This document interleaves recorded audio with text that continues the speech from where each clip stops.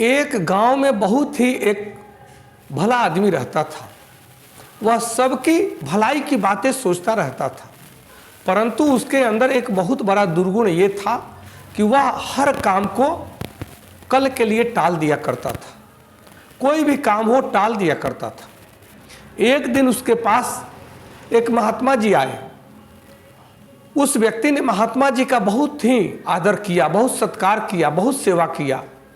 महात्मा जी खुश होकर के उस व्यक्ति को एक पत्थर देते हैं और कहते हैं कि यह पत्थर पारसमणि पत्थर है। इस पत्थर से तुम अगर लोहा छुआओगे तो वह लोहा स्वर्ण में परिवर्तित हो जाएगा, अर्थात सोना बन जाएगा।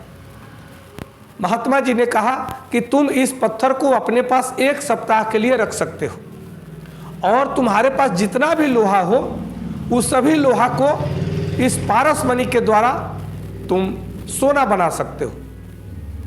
और महात्मा जी चले गए। उन्होंने कहा कि 1 सप्ताह बाद में आऊँगा और यह पारसमणि का पत्थर मैं अपना ले जाऊँगा।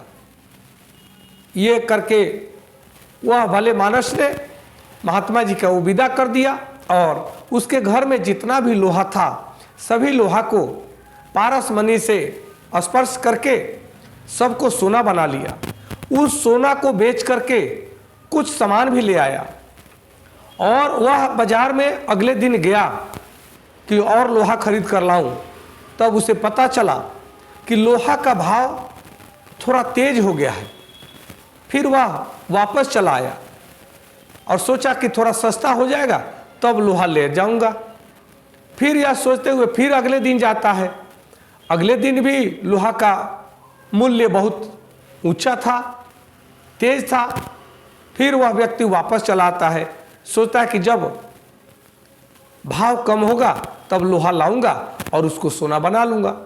ये बात करते करते 1 सप्ताह का समय बीत जाता है और महात्मा जी वापस आते हैं उसके घर। और महात्मा जी आकर कहते हैं कि अब वो मेरा पारसमणि पत्थर दे दो, क्योंकि मेरा समय जो दिया था मेरा समय पूर्ण हुआ। उस व्यक्ति ने कहा कि महाराज जी मैंने तो अभी इससे कुछ बनाया ही नहीं, इसे कुछ दिन और हमारे पास रहने दीजिए। महात्मा जी बोले कि नहीं, अब तुम्हारे पास इसका रहने का अवधि खत्म हुआ और तुम्हारे जैसा व्यक्ति अगर कुछ नहीं बनाया तब तुम्हारे जैसा व्यक्ति जीवन में कुछ भी नहीं कर सकता।